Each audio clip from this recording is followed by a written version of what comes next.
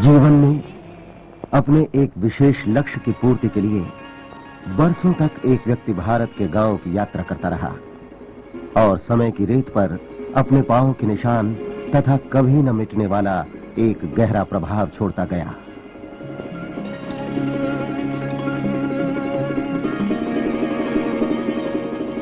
विनोबा भावे वो राजनीतिज्ञ नहीं बल्कि एक सच्चे गांधीवादी थे। उन्होंने गांधीवादी विचारों को नई दिशा तथा सामाजिक और आर्थिक सुधारों को एक कार्यक्षेत्र प्रदान किया। जीवन के प्रारंभ में ही विनोबा द्वारा सत्य की खोज शुरू हो गई थी।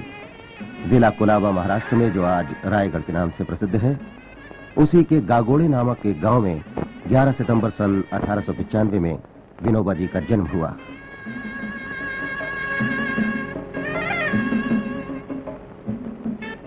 गांव में भगवान शंकर का एक मंदिर था, जहां अक्सर बालक विनायक अपनी मां के साथ जाया करते थे।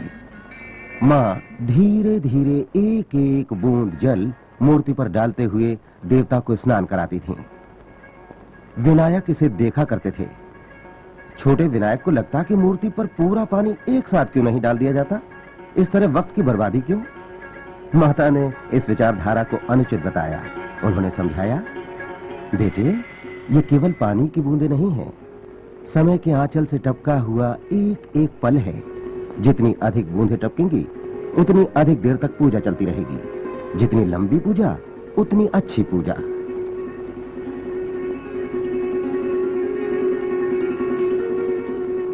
विनायक हर दिन गीता पाठ करते। एक दिन जब वो गीता पढ़ रहे थे, द्वार पर एक भिखारी आया। देखने में वो काफी हट्टा कट्टा था और अपना पेट पाल सकता था, फिर भी मां उसे देने के लिए अनाज लाई थी। भीख देने के लिए विनायक के विरोध को देखकर मां ने कहा, बेटे, दूसरों की आलोचना करने वाले हम कौन होते हैं?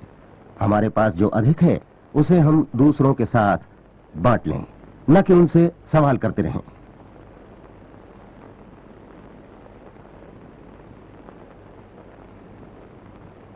माता ही विनोबा की पहली गुरु थीं। जहां विवेक काम न आए वहां श्रद्धा और विश्वास काम आते हैं, ये उन्हीं के विचार थे।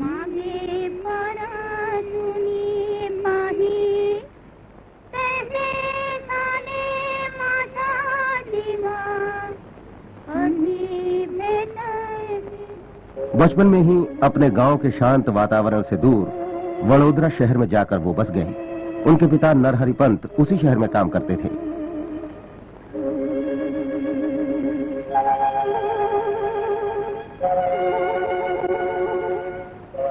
बड़ौदा कॉलेज में विनायक ने अपना नाम तो लिखा लिया, लेकिन थोड़े दिनों में ही उन्होंने महसूस किया कि उनके प्रश्नों का उत्तर उन्हें वहां मिलना मुश्किल था। उनका ध्यान तो बाहर की सच्चाइयां आकर्षित कर रही थी, किताबों के पन्नों में वो नहीं मिल रही थी।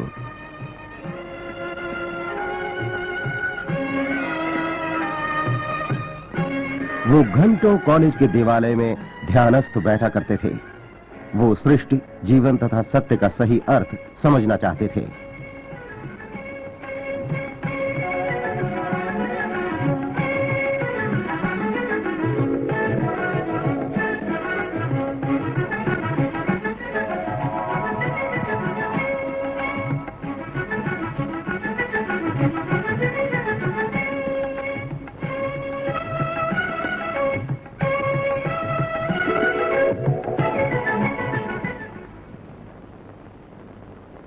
उन्हीं दिनों महात्मा गांधी द्वारा अहमदाबाद में स्थापित सत्याग्रहियों के प्रशिक्षण केंद्र के विषय में विनायक को सूचना मिली। अहिंसा तथा कष्ट झेलने का असीम धैर्य सहन शक्ति के मुख्य शस्त्र थे। उन्होंने गुरु चरणों में अपने आप को समर्पित कर दिया।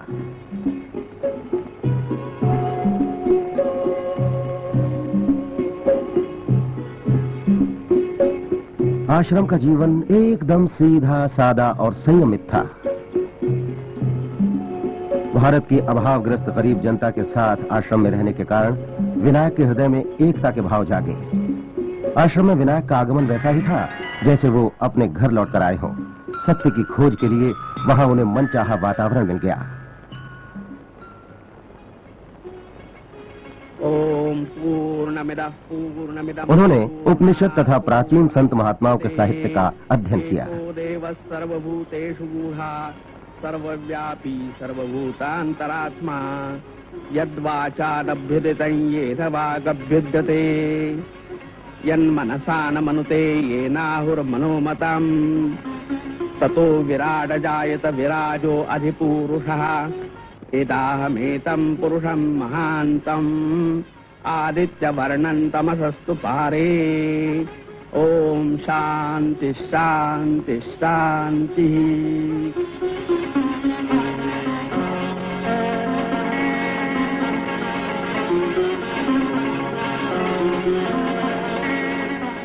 ब्रह्म तथा सृष्टि रचना की वास्तविकता क्या है?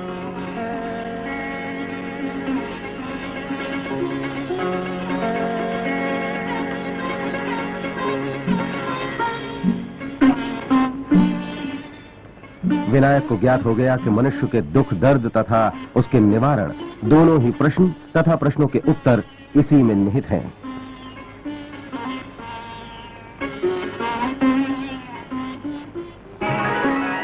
विनोबा को सन 1918 में महात्मा गांधी ने वर्धा में एक नया आश्रम खोलने के लिए भेजा। वहां उन्होंने समाज सेवकों के प्रशिक्षण के लिए अनेक केंद्र शुरू किए।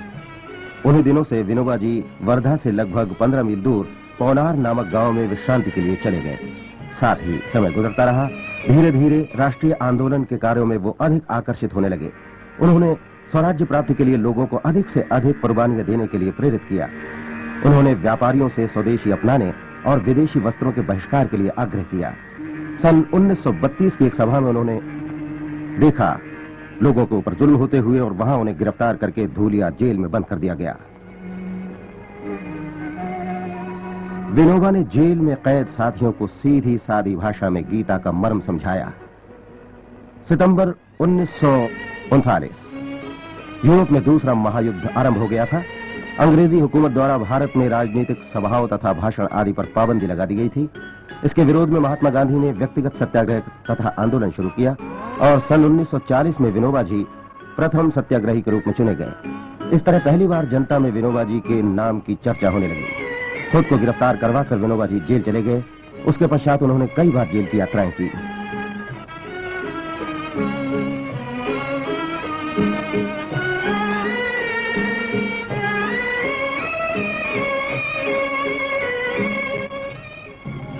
तत्पश्चात 1947 में भारत को आजादी मिल तो गई, लेकिन वो आजादी साथ ले आई अपने ही भारत का बंटवारा, हिंसा और रक्तपात का नंगा नाच।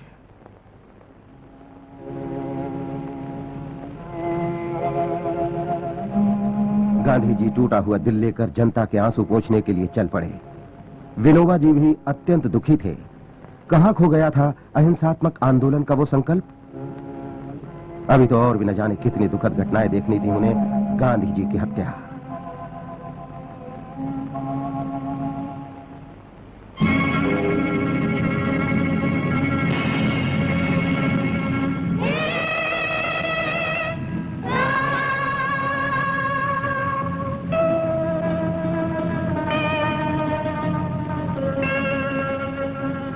दुख और निराशा का घोर अंधकार छा गया था चारों ओर।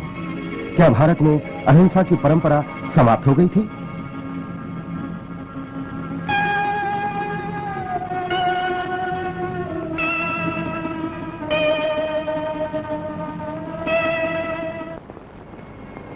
तेलंगाना के किसानों में असंतोष की लहर दौड़ रही थी। चारों ओर लूटमार, हिंसा और आतंक का बोलबाला था। विनोबा जी इसका कारण जानना चाहते थे। उन्होंने खुद अशांत इलाकों में जाकर गहराई से अध्ययन करने का फैसला किया। तेलंगाना स्थित पोचमपल्ली एक ऐसी बस्ती थी जहां गरीबी और अमीरी दोनों ही अपनी चरम सीमा पर थे। वहां दिखाई पड़ने वाली शांति केवल एक भ्रम थी, क्योंकि दीवारों पर अभी भी हिंसा के चिन्ह अंकित थे।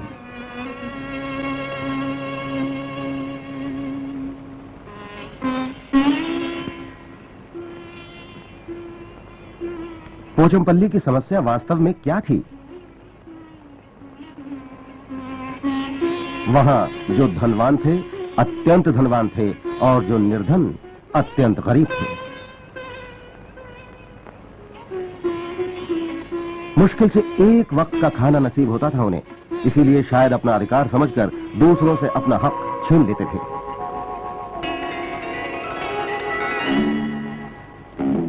हिंसा नफरत और कड़वाहट को जन्म देती है, सामाजिक बुनियादों को खोखला करती है, शांति और सुरक्षा पर कुठाराघात करते हुए पड़ोसियों को दुश्मन बना देती है। केवल प्रेम ही न केवल गांव बल्कि सारे देश में शांति स्थापित कर सकता है। हिंसा पर विजय पाने की शक्ति है केवल प्रेम में। उसी शाम एक सभा में विनोबा जी ने गांव वालों को आमंत्रित किया था। कुछ लोगों के पास आवश्यकता से अधिक संपत्ति थी।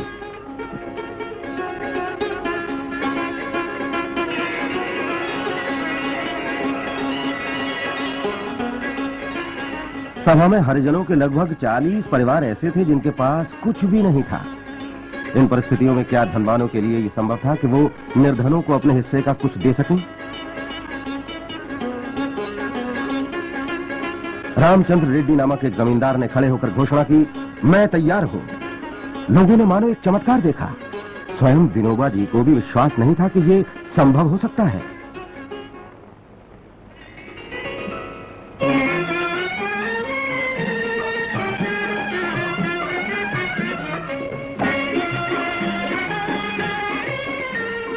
भूदान की खोज करते करते विनोबा जी का स्वयं अपने व्यक्तित्व से साक्षात्कार हो गया।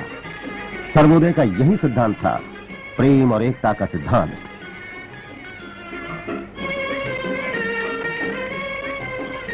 विनोबा जी के जीवन का स्वप्न साकार हो गया। रास्ते में कभी न रुकने की प्रतिज्ञा कर सारे प्रदेश की पदयात्रा के लिए निकल पड़े विनोबा जी।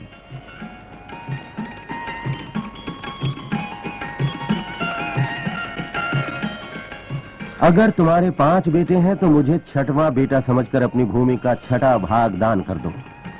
लोग विनोबा के इस आग्रह को ठुकरा नहीं सके। तेलंगाना छोड़ने के पहले लगभग 50 दिनों में उनके हाथ में 4856 हेक्टेयर जमीन भूमिहीनों को बांटने के लिए कब्जे में आ गई। उन्होंने अनेक प्रदेशों की यात्रा की। 3 वर्षों में 16,000 किलोमीटर की भूदान यात्रा के अंतर्गत भूमि का एक विशाल भूखंड उन्हें दान में मिल गया। उनके विचार में केवल धरती का दान ही काफी नहीं था, प्रत्येक व्यक्ति की मालमत्ता पूरे गांव की सामूहिक मालमत्ता का एक भाग समझा जाना चाहिए।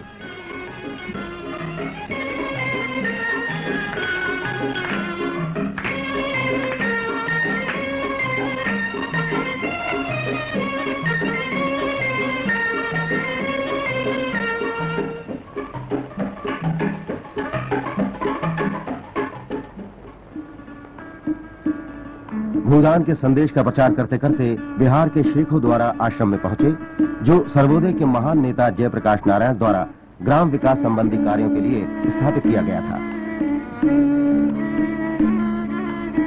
बच्चों द्वारा बिना मूल्य दिया हुआ श्रम का दान तथा भोजन तथा गरीबों को खाद्य पदार्थों का दान भी सर्वोदय के सिद्धांतों के अंतर्गत ही समझा जाता था।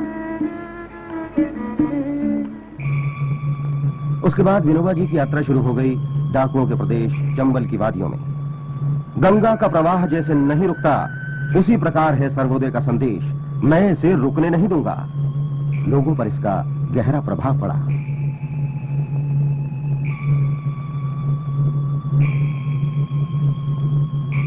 जो कार्य ताकत और शक्ति नहीं कर सके, उसे प्रेम और अहिंसा ने सच कर दिखाया। बड़ी संख्या में डाकुओं के गिरोह खंडहर से बाहर निकल आए। विनोबा के चरणों में उन्होंने अपने हथियार डाल दिए।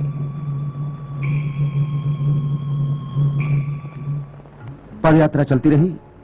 हजारों मील की यात्रा करते रहे विनोबा जी। इस शांति अभियान के सिलसिले में यात्रियों का झुंड पूर्व पाकिस्तान पहुंचा। भूदान आंदोलन में सम्मिलित होने वाले अनेक नए सदस्य बनने लगे।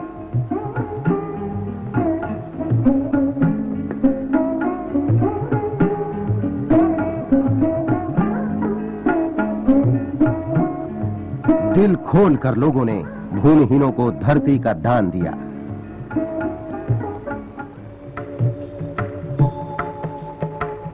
सन 1976 में भूदान आंदोलन का रजत जयंती समारोह मनाया गया। अलग अलग प्रदेशों से लगभग 1,62,000 हेक्टेयर जमीन दान दी गई। 500,000 यानी 5 लाख भूमिहीन किसानों को 40,500 हेक्टेयर प्लॉट्स दिए गए।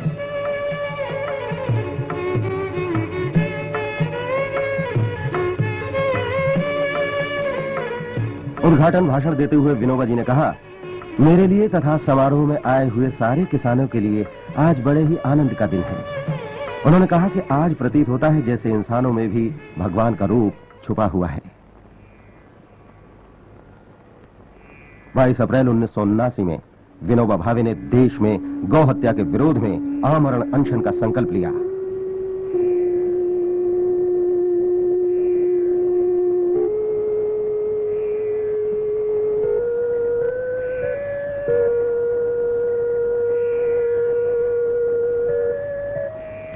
तत्कालीन प्रधानमंत्री के आश्वासन के फलस्वरूप उन्होंने कुछ दिनों के बाद अपना व्रत तोड़कर मधु मिश्रित जल पीना स्वीकार कर लिया।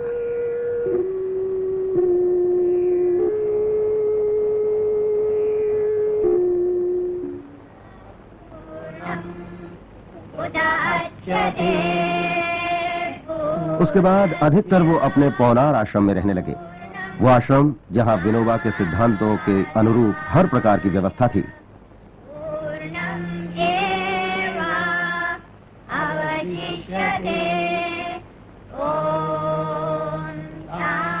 गीता का प्रवचन सुनने तथा आशीर्वाद लेने के लिए दूर दूर गांवों से लोग आते थे।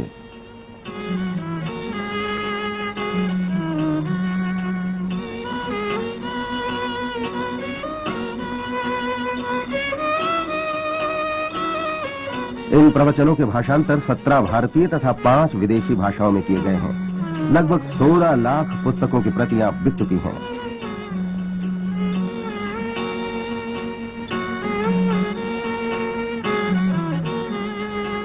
किंतु इस विषय में विनोबा जी ने विनम्रता पूर्वक कहा था, इसमें मेरा कुछ नहीं है।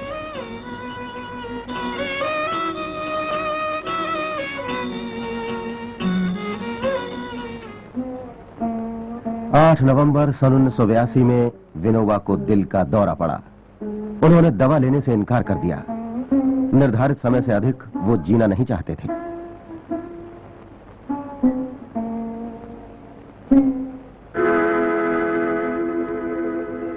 नवंबर 1982 पौनार के उस संत का देहांत हो गया। नवानि गृह्णाति नरोपराणि तथा शरीराणि विहाय जीर्णान् अन्यानि संयाति नवानि देहि।